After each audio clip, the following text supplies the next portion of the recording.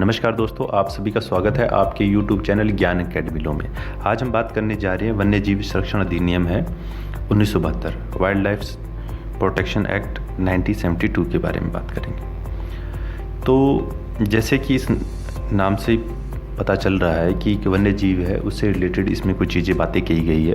तो सबसे पहले इसमें जो बात कर रहे हैं आप देख सकते हैं कि कुछ संवैधानिक प्रावधान है, यानी कुछ संविधान के अंदर कुछ चीज़ें बताई गई है उसके बारे में। तो जो 42वां संविधान संशोधन 1976 के अंदर हुआ था, उसके अंदर बताया गया है कि वन्य और जंगली जानवर और पक्षी इत्यादि का जो संरक्षण था, यह पहले राज्य सूची का विषय होता था।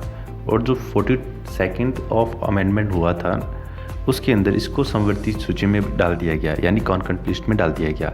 इसके साथ ही संविधान का जो अनुच्छेद 51 AG है, उसमें कहा गया है कि वन्य जीवों सहित प्राकृतिक पर्यावरण की रक्षा और उसमें सुधार करना प्रत्येक नागरिक का मौलिक कर्तव्य होगा।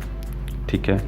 उसके बाद में इसमें यही बात कही गई है कि राज्य का जो नीति निर्देशक तत्व है, आप सभी को पता है DPSP होते हैं, उसके अंदर भी 48A है। उसके अंदर बताया गया है कि राज्य पर्यावरण संरक्षण व उसको बढ़ावा देने के लिए काम करेगा और देश भर में जंगली जानवर, जो भी जंगली जानवर हैं या फिर आपके जंगल हैं, उनकी सुरक्षा है, वन्य जीवों की सुरक्षा वो करेगा।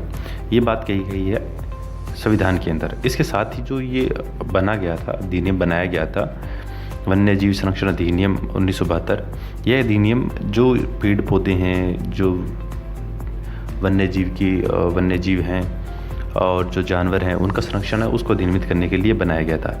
यह जो कानून है, ये जम्मू कश्मीर को छोड़कर संपूर्ण देश में लागू है। और जब तक ये कानून नहीं बना था, उससे पहले मात्र 5 राष्ट्रीय उद्यान थे और उसके बनने के बाद में वर्तमान में 101 राष्ट्रीय उद्यान हैं। तो आप समझ सकते हैं कि कानून का कितना महत्व होता है। अब इसकी बात करते हैं अधिनियम है, जो एक्ट है, उसके तहत नियुक्त अधिकारी अथॉरिटी कौन होगा। तो केंद्र सरकार है। केंद्र सरकार वन्य जीव संरक्षण निदेशक और उसके अधीनस्थ सहायक निदेशक की नियुक्ति कर सकती है। ठीक है। इसके अलावा राज्य सरकारें एक मुख्य वन्य जीव वार्डन, यानी चीफ वाइल्ड लाइफ जो वार्डन होता है, उसकी नियुक्ति करते हैं। जो वन्य जीव का प्रमुख होता है, जो कि प्रशासनिक नियंत्रण है, वो रखता है। ये तो हो गया इसका परिचय। अब आगे बात करते हैं इसके अधिनियम की विशेषताएं। तो इस अधिनियम की विशेषताएं के अंदर यह है कि इस अधिनियम के अकॉर्डिंग शिकार पर प्रतिबंध रहेगा। इसके अंदर अलग अलग अनुसूचियां हैं। तो अनुसूची 1 से लेकर 4 तक में जो भी जंगली जानवर आते हैं, उनका शिकार प्रतिबंधित है। पर उसके कुछ अपवाद हैं। अपवाद क्या है? अपवाद ये है कि जो अभी मैंने बात की थी, जो मुख्य वन्य जीव जो वार्डन है, जो आपका चीफ वाइल्ड लाइफ वार्डन जो होता है, उससे परमिशन लेने के बाद में, या फिर कोई, जैसे आपने देखा हो जंगली सूअर इत्यादि जो पीछे दिया गया था पहाड़ी इलाकों के अंदर, इसको मार सकते हैं। तो अगर कोई खतरा बन गया है, ठीक है, संपत्ति के लिए, जीवन के लिए, तो उसको मारा जा सकता है। या कोई बीमार हो गया है या विकलांग हो गया कि वो ठीक नहीं हो सकता, उस स्थिति के अंदर, कंडीशन के अंदर उस जानवर को है मारा जा सकता है। साथ ही जो अपना जो ये एक्ट बनाया है, उसके अकॉर्डिंग जो भी उद्यान बनाए गए हैं, उसके अंदर कोई भी पौधा होगा, उसको काटने या उखाड़ने पर प्रतिबंध रहेगा, यानी टोटली प्रोहिबिटेड रहेगा। इस अधिनियम के अकॉर्डिंग जैसे आप देख सकते हैं, यह अधिनियम किसी भी वन्य भूमि या किसी संरक्षित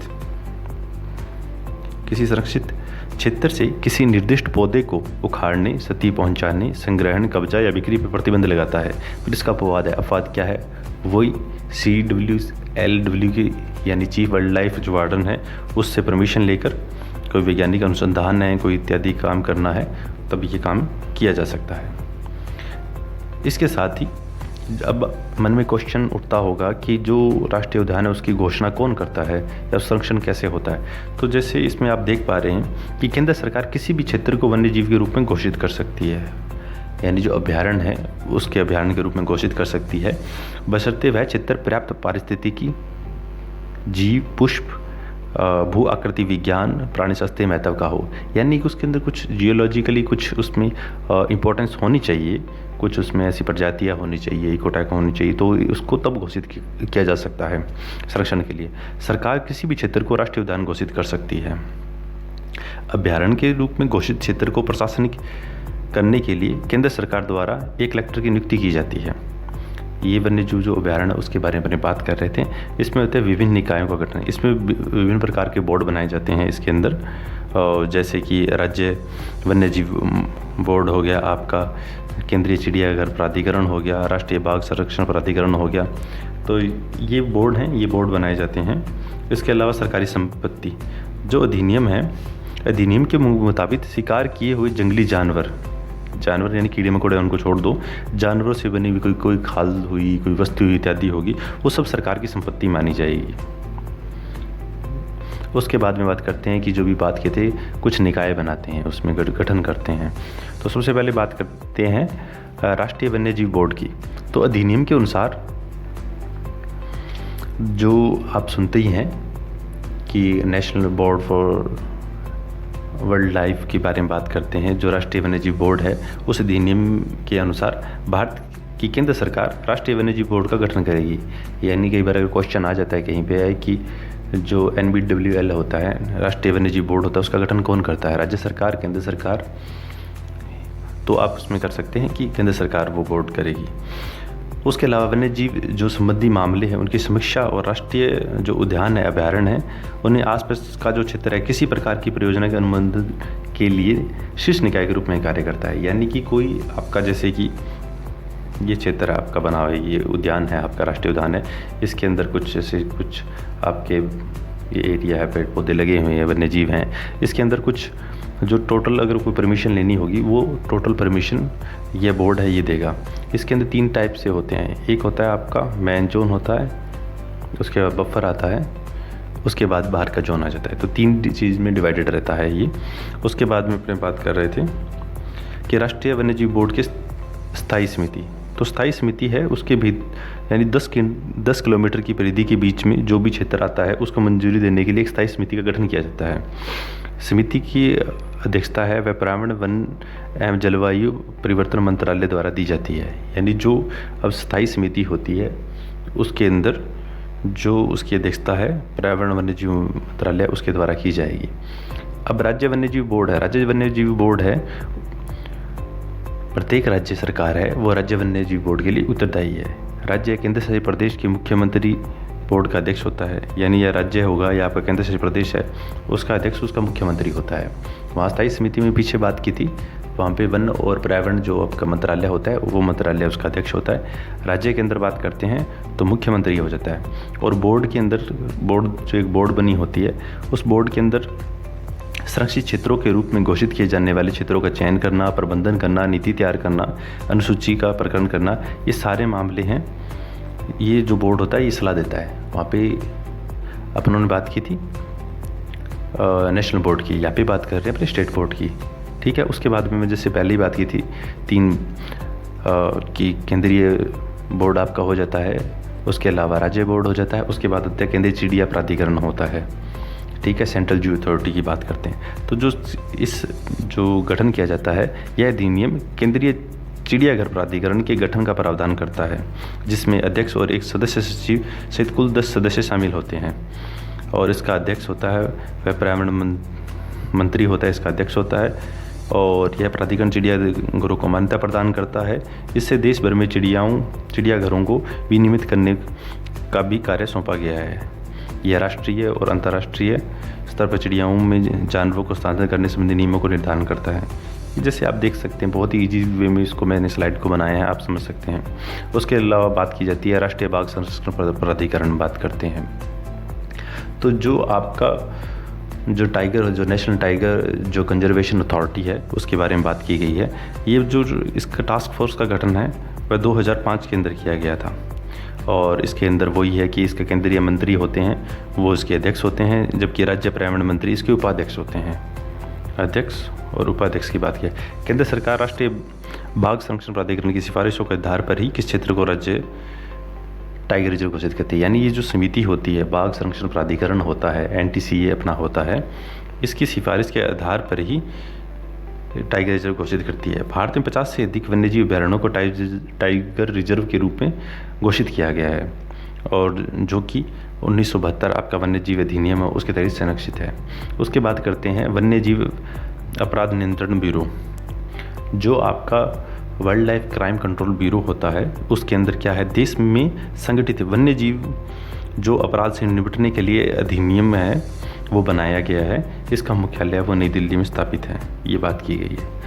अब इसके कार्य की बात करते हैं तो कार्य है संगठित वन्य जीव अपराध अधिनियमों से संबंधित सूचना एकत्रित करना, उसका विश्लेषण करना, जो है यह सूचना राज्य को प्रदान करना कि कौन कौन से आई है, अपराध का डाटाबेस तैयार करना। इसके अलावा जो आपराधिक संबंधी जो मुकदमे हैं उनकी सफलता सुनिश्चित करने में राज्य सरकार है उसकी सहायता करना, राष्ट्रीय अंतर्राष्ट्रीय प्रभाव वाले वन्य जीव के संबंधी जो अपराध है, जो नीतियां हैं, कानून हैं, मुद्दे हैं, उन पर भारत सरकार को सलाह देना, ये इसका काम रहता है। उसके बाद में करते हैं अधिनियम के तहत अनुसूचियाँ। तो इनमें उन लुप्तप्राय प्रजातियों को शामिल किया जाता है जिनको सर्वाधिक सुरक्षा की आवश्यकता होती है, क्योंकि कुछ जैसे आप देखते हो सरकार तेंदुए हो गए, सील होगी इत्यादि हैं, उनका व्यापार होता है, कुछ खाल के लिए होता है, किसी का पेंगोलिन के बारे में काफ़ी सुनते होंगे, चाइना के अंदर उसकी तस्करी की जाती है कि उसकी दवाई बनाने के लिए, व्यापार करने के लिए, तो उनको सुरक्षित करने के लिए अनुसूचियाँ बनाई गई है। इन अनुसूचियों के तहत कानून का उल्लंघन करने वाले व्यक्ति को सबसे कठोर दंड प्रदान किया जाता है और इसमें अलग अलग अनुसूचियाँ हैं, आप इसमें देख सकते हैं।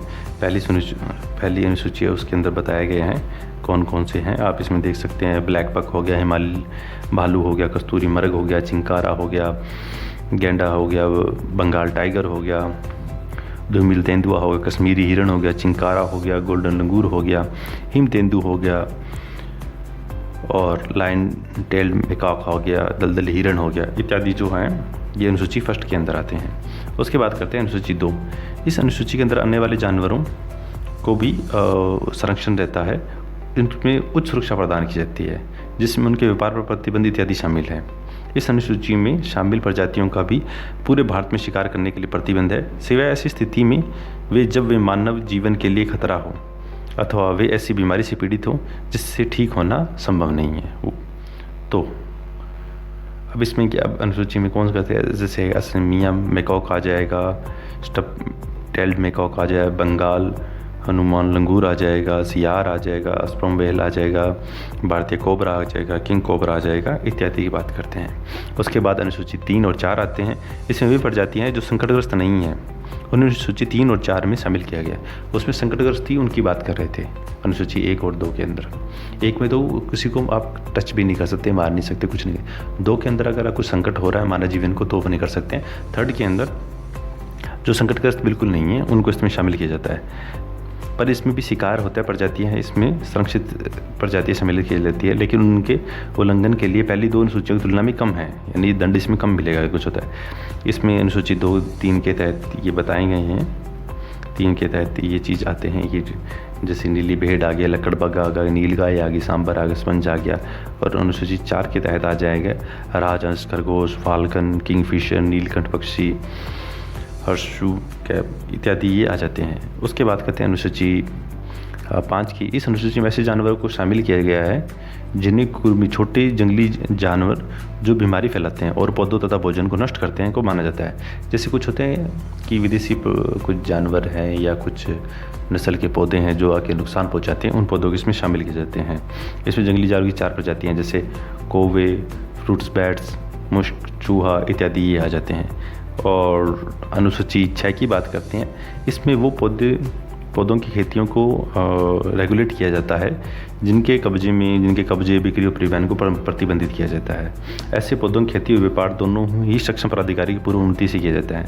अब आपको पता होगा कि पूर्व अनुमति किससे ले किया जाता है। जैसे अनुसूची 6 के तहत सुरक्षित पौधों में शामिल होता है साइकड, बेडनोमिन हो जाएगा, ब्लू वांडा हो जाएगा, रेड वांडा हो जाएगा, यानी रेड ऑर्किड हो जाएगा, ऑर्किड से ज़्यादा आपको समझ में आता है। सेसरिया लप्पा आ जाएगा, स्लीपर ऑर्किड आ जाएगा, पिक्चर प्लांट आ जाएगा इत्यादि हैं, ये सारे इसमें आ जाएंगे। और अब अगर आप जैसे नॉर्मली बात करते हैं, जैसे अपनी बात की कि जो 3 प्रकार की अनुसूचियों के बने, जैसे रिवाइज कर लेते हैं, 3 प्रकार के बोर्डमैन किए थे। एक तो राज्य स्तर पर जो बोर्ड हो गया, सबसे पहले नेशनल पे जिसके अंदर जो आपका पर्यावरण वन मंत्रालय है उसके अध्यक्ष होते हैं मंत्री, मंत्रालय उसको अध्यक्षता करता है। उसके बाद राज्य आ जाएगा, राज्य या केंद्र शासित प्रदेश के अंदर आ जाते हैं। उसके बाद जो चिड़ियाघर प्राधिकरण की बात की थी, सेंट्रल जू अथॉरिटी के बारे में उन्होंने बात की थी। उसके बाद उन्होंने NTCA की बात की थी, नेशनल टाइगर कंजर्वेशन अथॉरिटी, उसके बारे में बात की थी और इनका क्या महत्व है, जैसे इस अधिनियम का एक्ट का क्या प्रभाव पड़ा। जहाँ स्टार्टिंग के अंदर केवल 5 थे 1972 से पहले, वो आज 101 हो चुके हैं और जो टाइगर रिजर्व हैं वो 50 से अधिक टाइगर रिजर्व हो चुके हैं। तो इनका जो प्रभाव है वो आप देख सकते हैं। भारतीय संविधान के अंदर बात करते हैं तो आपके नीति निर्देशक तत्व की बात की थी, उसके अंदर है। उसके अलावा आपके मौलिक कर्तव्य हैं उसके अंदर बात की गई थी और अमेंडमेंट किया गया था, जहां राज्य सूची का विषय था उसको समवर्ती सूची में बना दिया था। तो ये सब जो पहलू हैं अपनों ने डिस्कशन किया है। आई होप आपको समझ आया होगा। समझ आया है, अच्छा लगा है तो प्लीज़ लाइक कीजिए। अगर आपको अच्छा नहीं लगा है तो डिसलाइक कीजिए, ताकि आई विल इम्प्रूव, मैं ताकि इम्प्रूव कर सकूँ उसमें। बाकी आप सब ने इसे ध्यान से सुना, सहयोग दिया, उसके लिए आप सभी का तहे दिल से धन्यवाद। Thank you.